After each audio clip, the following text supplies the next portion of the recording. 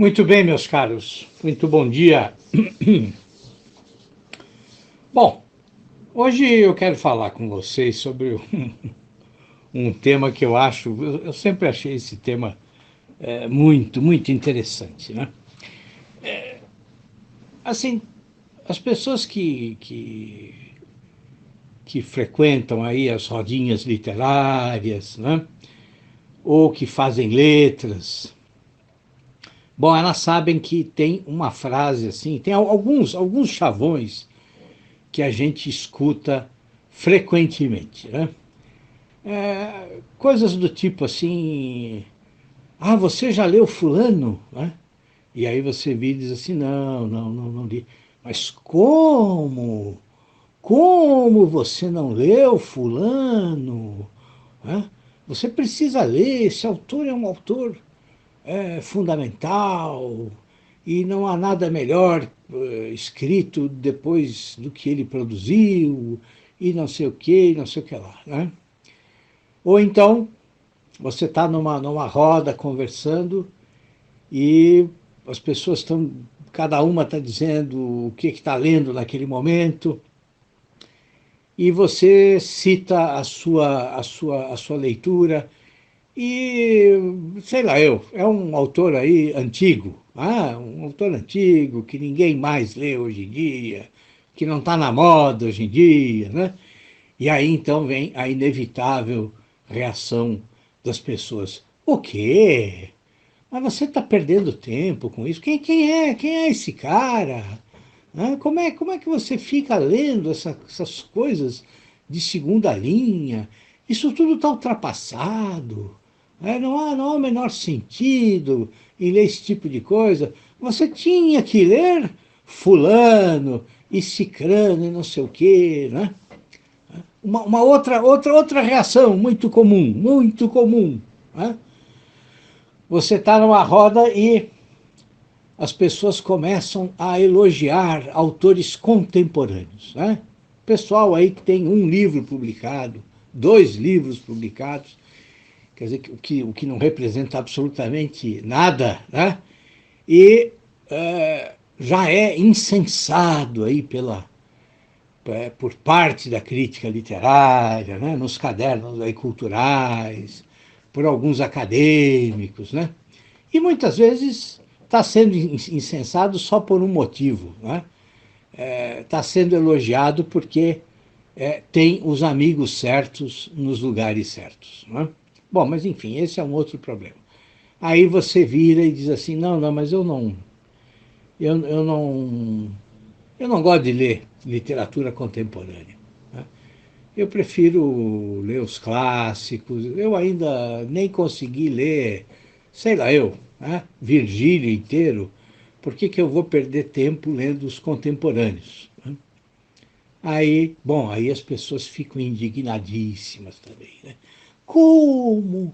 Mas você, um homem tão inteligente, uma pessoa tão perspicaz, como você não vai ficar aí, entendeu? Informado sobre tudo o que está acontecendo, as novas vozes, os novos estilos, e parará, né? Ou então, se você critica um autor contemporâneo que todo mundo gosta, né? Você mostra os problemas que o livro tem, ou também a reação é a mesma. Né? Quer dizer, hoje nós temos essa, essa adoração da contemporaneidade. Né? Quer dizer, parece que a literatura acabou de nascer. Né? Mas, enfim, todas essas frases feitas a gente cansa de ouvir. Cansa de ouvir. Né? E, claro, se nós fôssemos prestar atenção a tudo isso, bom, nós íamos parar de ler, né? Nós vamos ficar completamente desnorteados, sem saber o que a gente deve ler ou não ler. Tá? Agora, eu não quero falar sobre isso com vocês. Eu quero falar sobre uma questão que é paralela a essa. Né? a melhor resposta para toda essa conversa mole que a gente escuta nos meios acadêmicos e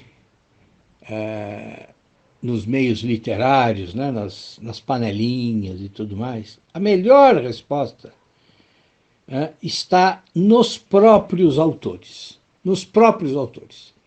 Em como certos autores reagiram aos seus colegas de escrita.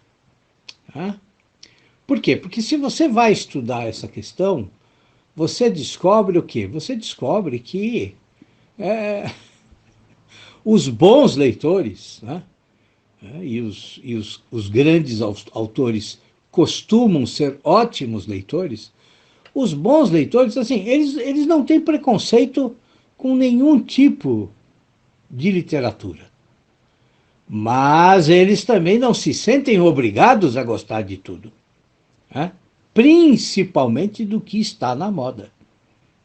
Ao contrário, quer dizer, esses grandes escritores que foram ótimos leitores, eles se sentem absolutamente livres diante das suas leituras. E eles leem de tudo, procuram ler de tudo, porque estão abertos a todas as experiências literárias, o que é extremamente positivo, e é como a gente tem que se comportar. A gente precisa ler de tudo, conhecer tudo, sem preconceito, sem censura. Mas isso não quer dizer que nós estamos obrigados a gostar de tudo. Essa é uma questão essencial, que vocês precisam entender. Então, o que eu quero mostrar para vocês hoje?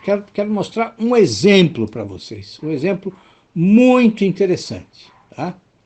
Vocês devem conhecer aí a Virginia Woolf, né? Virginia Woolf, que é autora aí de um belíssimo romance, um dos romances que eu mais gosto, que é o Miss Dalloway. Bom, e a Virginia também tem ensaios, tem contos maravilhosos, e há quem prefira aí outros romances dela, mas eu gosto muito do Miss Dalloway, por uma série de motivos que um dia a gente conversa sobre isso. Bom, aí você vai pegar os diários, né? Os diários da Virginia Woolf, né? Vai ler, aí você começa a ler os diários e quando você chega no ano de 1922, o que você descobre?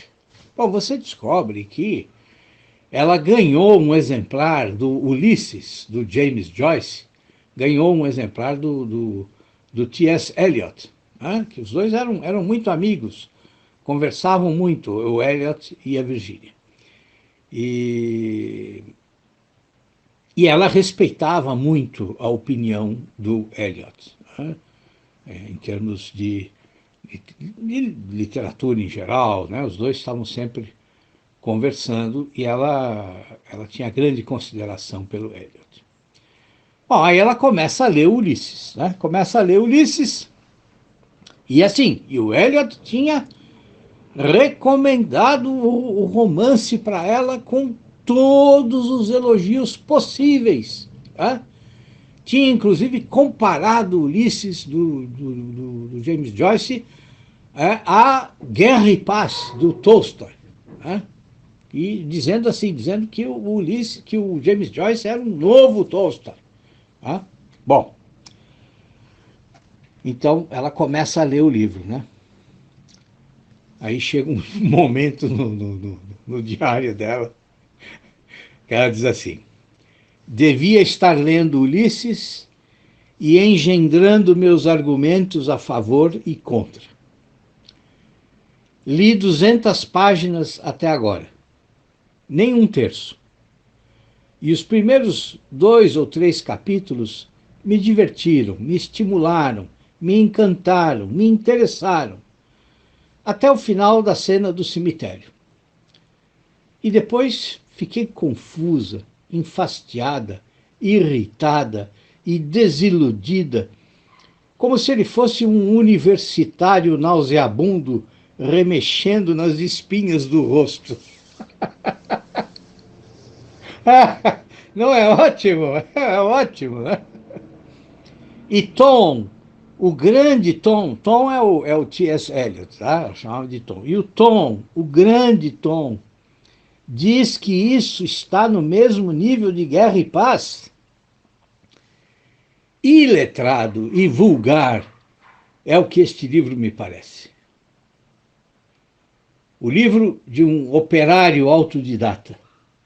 E nós todos sabemos como esses homens são desventurados, como são egoístas, persistentes, toscos, imprevisíveis e, em última análise, repugnantes. Quando se pode ter carne cozida, por que crua?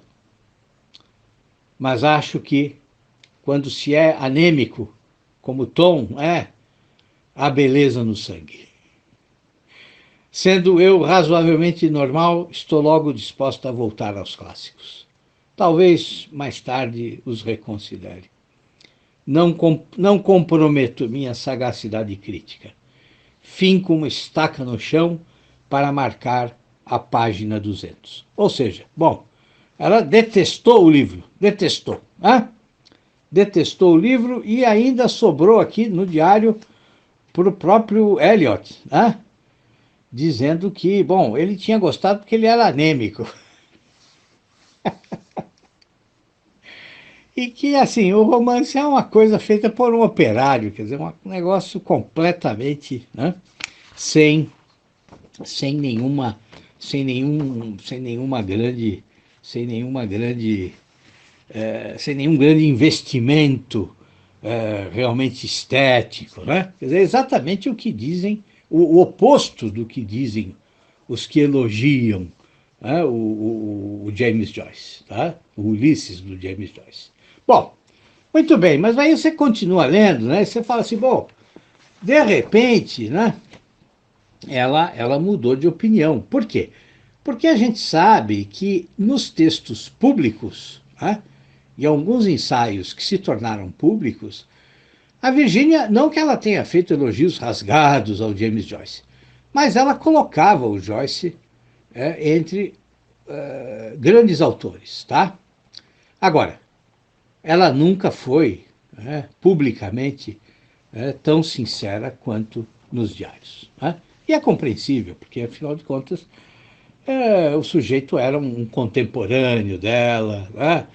E os amigos do círculo social dela deviam gostar, então ela também não queria se indispor com as pessoas, enfim, sei lá eu quais são os motivos. Né? Mas a verdade é que nos diários a posição dela é completamente diferente. Tá?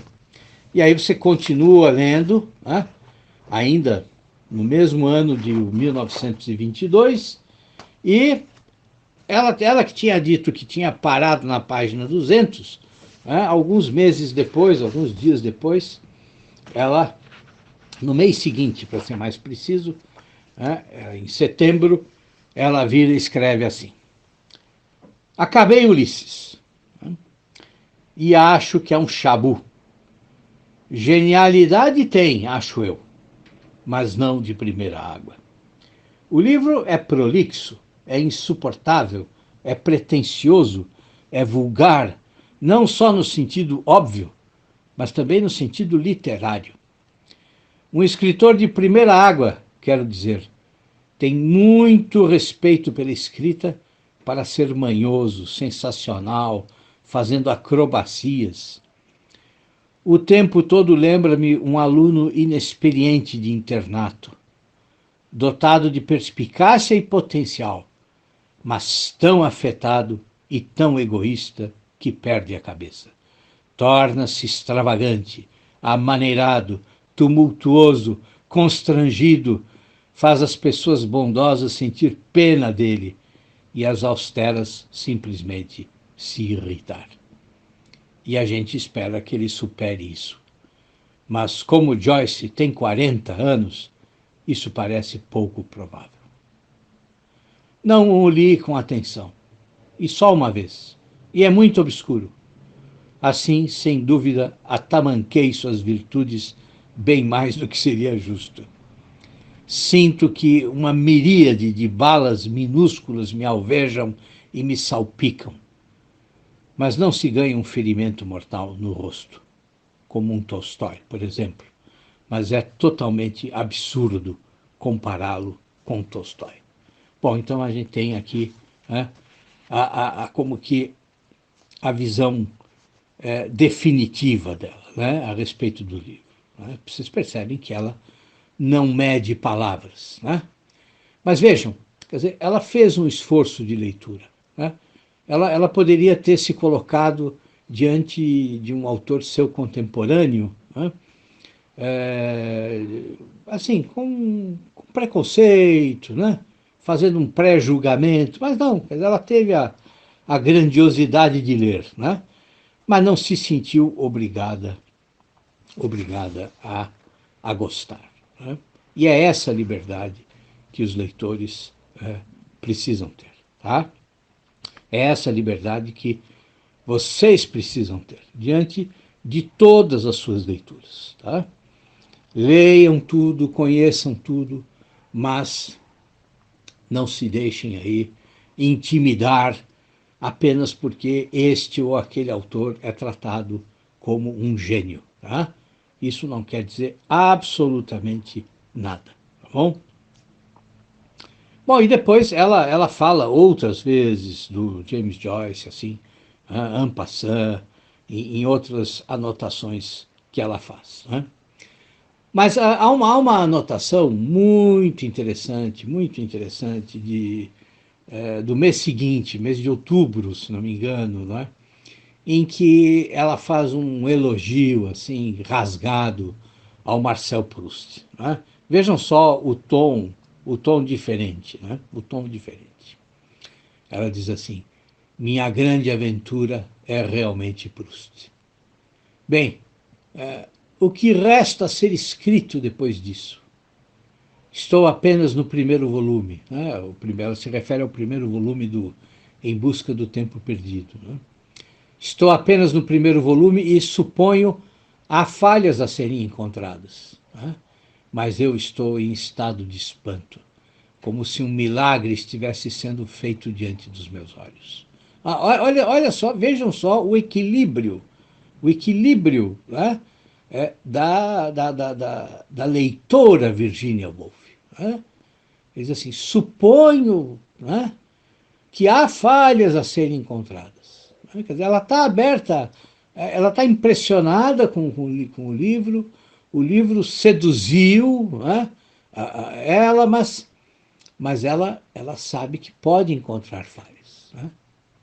Essa independência, esse equilíbrio diante do que a gente lê é muito importante. Né? Bom, e aí ela continua dizendo, né? Mas eu estou em estado de espanto, como se um milagre estivesse sendo feito diante dos meus olhos. Como, finalmente, alguém solidificou o que sempre escapou, né? E transformou esse algo nessa substância bela e perfeitamente duradoura. Como? É preciso largar o livro e respirar. O prazer se torna físico, como sol, vinho, uvas, combinando perfeita serenidade e intensa vitalidade. E aí ela diz, de outro modo, de outra forma, quer dizer, é com Ulisses. Quer dizer, acontece outra coisa quando eu leio Ulisses. Bom, eu me vinculo ao Ulisses como um mártir a uma estaca e agradeço a Deus. Agora o livro terminou. Meu martírio terminou. Espero vendê-lo por 4 libras. Quer dizer, não satisfeita em comparar o James Joyce com o Proust, né? E colocar o James Joyce no chinelo, né? Ela ainda agradece a Deus por ter terminado o livro e diz que o martírio finalmente terminou e que agora ela vai vender o livro, certamente para um sebo. Tá? Quer dizer, nem ficar com o livro ela quer. Né? Então é isso, meus caros. Vocês percebem? Quer dizer, o mundo da literatura, né, ele precisa ser tratado, precisa ser encarado com essa liberdade, compreendem? Com essa leveza, tá? Com essa completa ausência de preconceitos. Né? A gente deve ler tudo, está aberto aí a todas as experiências estéticas, mas sem jamais perder a nossa liberdade, né? Sem jamais se vergar, né? Se ajoelhar diante dos modismos, né? Ou diante daquilo que a academia, né? Os acadêmicos e os supostos grandes luminares da literatura ficam aí dizendo. Né? Nós não somos obrigados a aceitar nenhum julgamento crítico como se fosse um veredito irrefutável. Ah, sejamos livres, leiamos de tudo, sem preconceito, mas leiamos como a Virginia Woolf leu Ulisses do James Joyce, com absoluta liberdade, né? E pensando o que a gente tiver vontade de pensar. Tá bom? É isso, um bom dia para vocês, viu? Até amanhã, um abração, pessoal.